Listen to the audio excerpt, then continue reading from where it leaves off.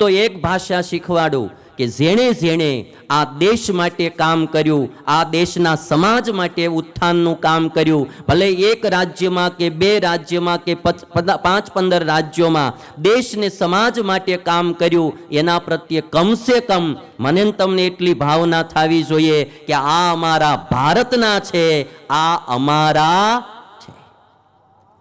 આવી ભાવના જો આપણામાં જાગશે તો એકાબીજાના વિરોધમાં આપણી શક્તિ નહીં વેડફાય, એકાબીજાના પોષણમાં આપણી શક્તિ કામમાં આવશે.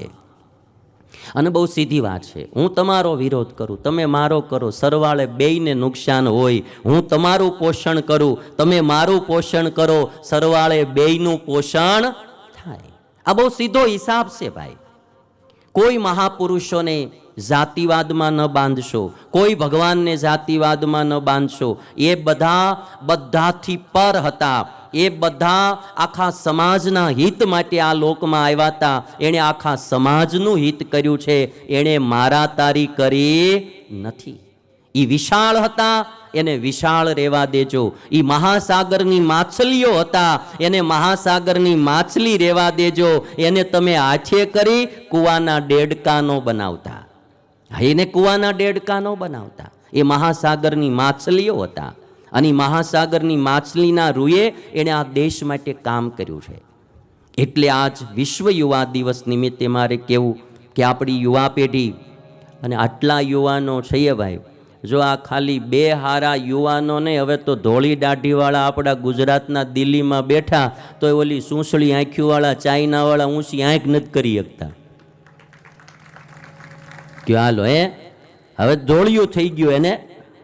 હવે આવા જુવાનો જાગે ભાઈ થોડા ખારા. હા, દેશનું ગૌરવ થવું જોઈએ. અને ભાઈ તમને બધાને વાત એક મારે કેવી છે કે જો આપણે ઢીલા પોચા રહીને તો બધા માથે ચડતા જાય. પોચું ભાળે અહીંયા બધાય આંગળી ખૂટાડે. આ 370 હતી ને તો સામે બધા એવા 2 ગીરના સિંહ હતા, એટલે નહીતર આખી દુનિયા એમ કે આમ નહીં ચાલે ને તેમ નહીં ચાલે ને અમે આમ પ્રતિબંધ મૂકશું. આમાં કોઈ હવડ્યો જ નહીં. હા, આમાં કોઈ હવડ્યો જ નહીં.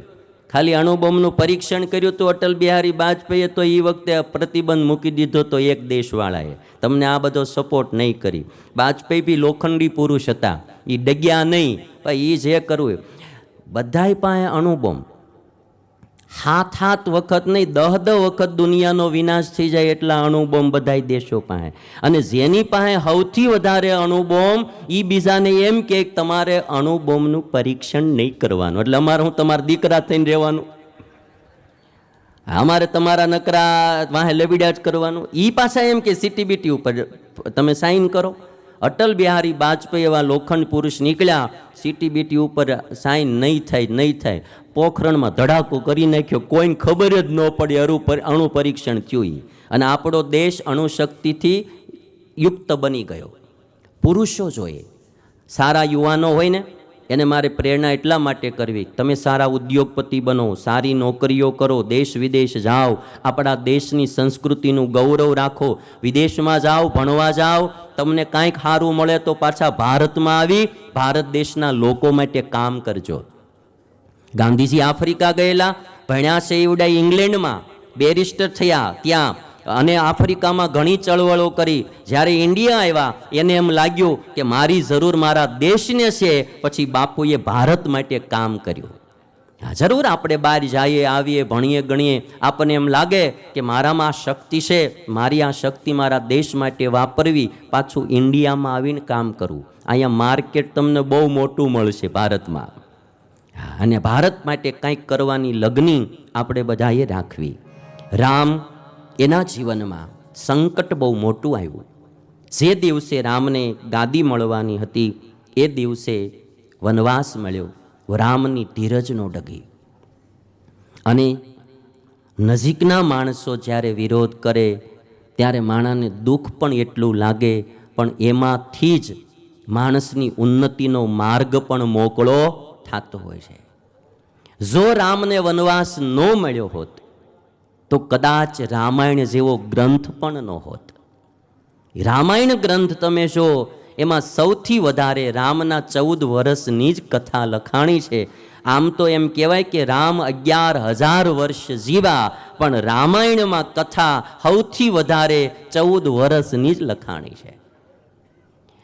કારણ જ્યારે નજીકના માણસો વિરોધમાં જાય, લેવા દેવા વિનાનો વિરોધ કરે, કોઈને નડ્યા ન હોય, કોઈનું કંઈ બગાડ્યું ન હોય અને વિરોધ કરે.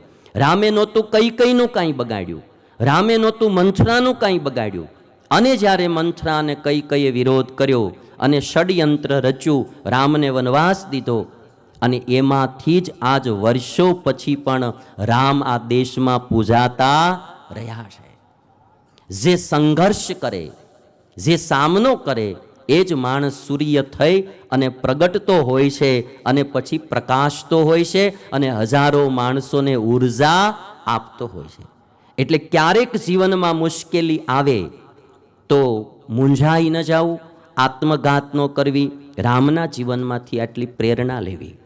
અને એમ બહુ દુઃખી ન થયા કરું કે અમારા વાળાએ આમ કર્યું, અમારા વાળાએ આમ કર્યું. એ એમ કરે એટલે જ તમારામાં કાંઈક ઉર્જા આવે. રામ મૂંઝાણા નથી. અને આ દુનિયા છે ભાઈ, અહીંયા જરા તરા આવું બધું તો થયા જ કરે. કોઈને કોઈ પારકા નડવા ન આવે, ઘરના જ નડતા હોય. અને કોણ ઘરના ને કોણ પરના એ સંકટ સમયમાં જ બધી ખબર પડતી હોય. જો મંથરા અને કઈકઈએ કાવતરું ન કર્યું હોત તો રામને એવી કદાચ ખબર ન પડત કે લક્ષ્મણને મારામાં કેટલું હેત છે અને સીતાને મારામાં કેટલું હેત છે. અને સ્વપર એ તો સંકટ સમયે જ ખબર પડે. મારે તમને એક ક્લિપ બતાવી છે કે ક્યારે કોણ કોણ કેમ કેમ કામમાં આવે ને એની માટેની આ સ્વપરની એક ક્લિપ બહુ સરસ છે, તમે જો તો ખ્યાલ આવે.